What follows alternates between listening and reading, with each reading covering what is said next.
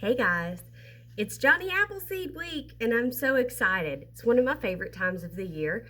We get to talk about apples, which are awesome. An apple a day, they say, keeps the doctor away, which means it keeps us healthy. They're very good for us. And this week we're going to be talking about Johnny Appleseed. Who is he? Why is he a name that you've probably heard before? But we're going to also be reading a lot of other different stories about apples and doing many activities with them this week. So I wanted to start it with fall apples, crisp and juicy. Okay, so it may not feel like it right now here in Alabama, but it is getting to be fall. And in the fall, we have lots of apples blooming and different things. So let's get started.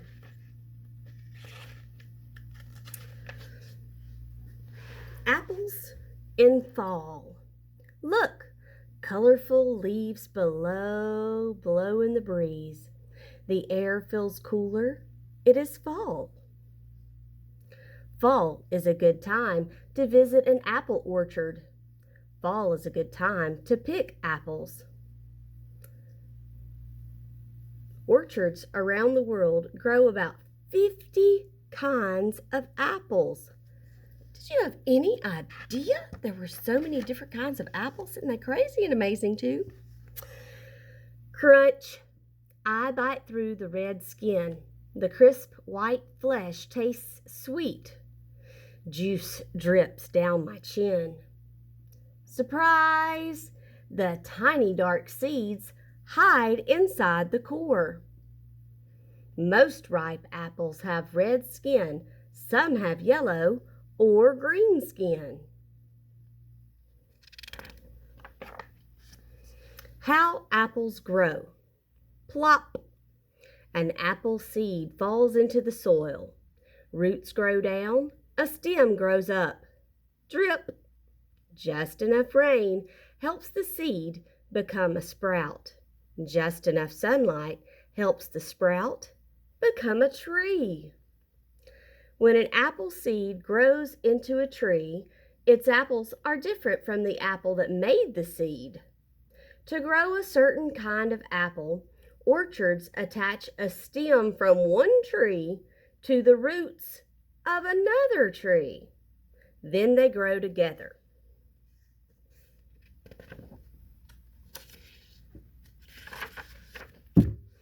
Green leaves bud and spread. Leaves soak up warm sunlight. Here, pictures at various stages as it is blooming. Sunlight becomes food for the growing tree. Some trees start to grow apples 3 to 5 years after they are planted.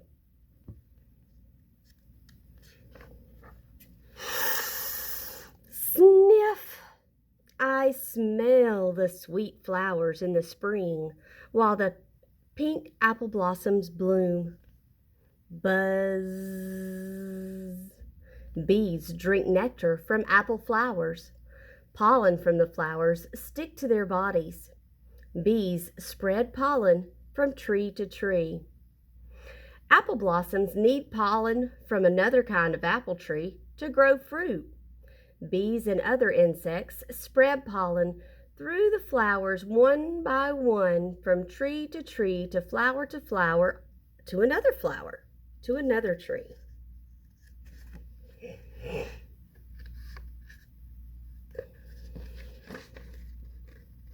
Sorry guys, my pages are sticking.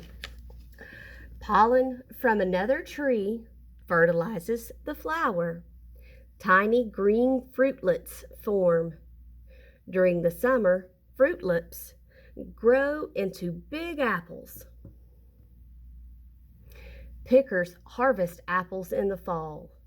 Ripe apples pile up. Apple pickers are gentle.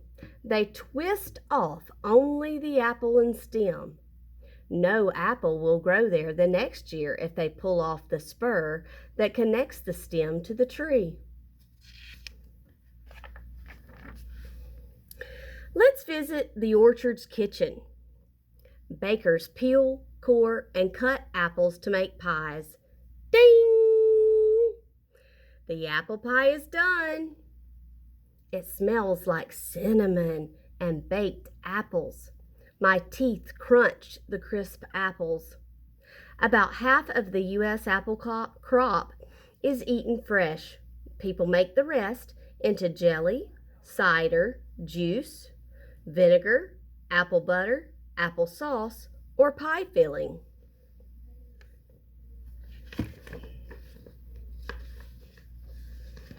Let's make apple cider. About 40 apples are pressed to make 1 gallon of apple cider. Whirr! The grinder turns. It smashes the apples into pulp. Squish! The process squeezes the apple pulp. Cider trickles out.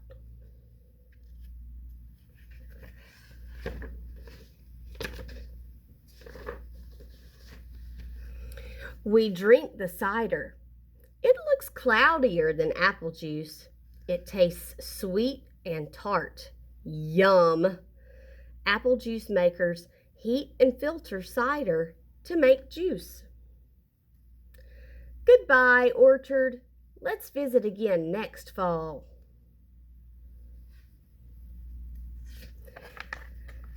In the back of this book, it has some really helpful things. We have a recipe for an upside down, inside out apple crisp. That sounds yummy. And we also have this important part of this book called a glossary. There were many words throughout this story that I might not have known the exact definition of, so I didn't know exactly what they meant. I could read them in the sentence and kind of make a good educated guess or a hypothesis as to what they meant, but I can look in this section of the book called the glossary. Say that word for me. Glossary. All right, so in the glossary, it takes words that might be new or semi-new, things that you might have heard of, but you weren't quite positive about what they meant, and it gives you the definition of it. Here's one that you have probably heard. Blossom. We talked about things that make us bloom. That's, when you bloom, you blossom. Those were things that make us happy when we talked about chrysanthemum. But that's a tiny flower on a tree. So a blossom is actually a tiny flower. And then it gives us the definition for a bud.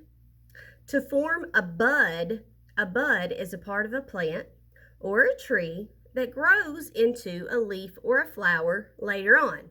So before we can see leaves or before we can see flowers, we have to see a bud. It's also what we call a good friend. Apple trees need fertilizer. And to fertilize means to make new fruit grow by putting pollen into a flower. And who remembers the name of the insect that did that? Bzzz. It's a bee. You're right. So the bees do that important job. Filter. That was a word that they used when they were talking about making apple cider. To put liquid through a strainer and remove anything floating in the liquid. It's kind of important. Nobody likes stuff floating all inside of their drink that might be suspicious. So when they're pressing the apples, if parts of the seed get in there, if the flesh, which is the white inside part of the apple, is too chunky, like it filters it out, so we get a liquid that we can drink. A fruitlet. No, it's not like Fruit Loops, but it is a fruitlet. A fruitlet is a younger tiny fruit. Fruitlets grow and ripen into fruit. So think about it as like a little tadpole. We know the little tadpoles, they grow up to be frogs. Well, a fruitlet is a teeny tiny little fruit that grows up to ripen into the big, awesome, amazing fruit that we love to eat. All right, to harvest. To harvest means to gather crops that are ripe. Orchards harvest ripe apples in the fall. So pretty soon coming up, apple orchards all over the place are going to be picking their apples. And it said in the story that the apple pickers are very careful in how they pick it. Does anyone remember how they actually pick the apples? They don't just yank it. They gently twist it.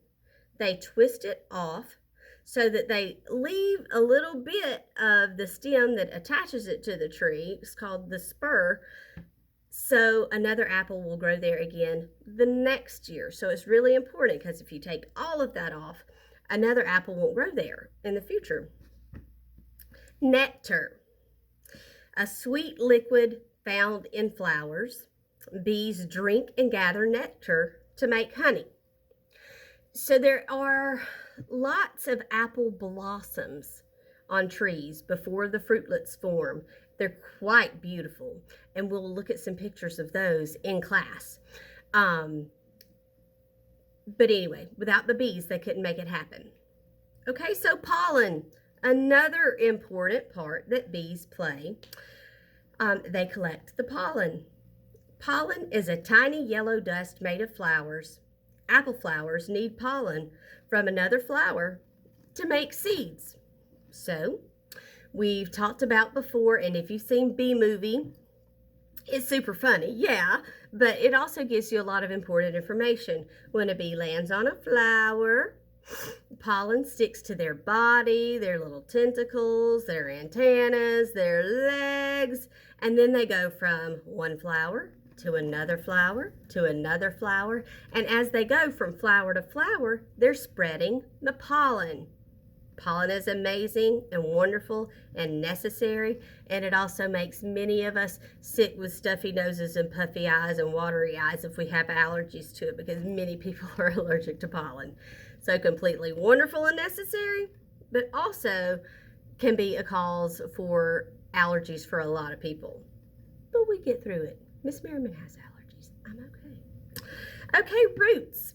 Roots are a part of a plant or a tree that grow under the ground.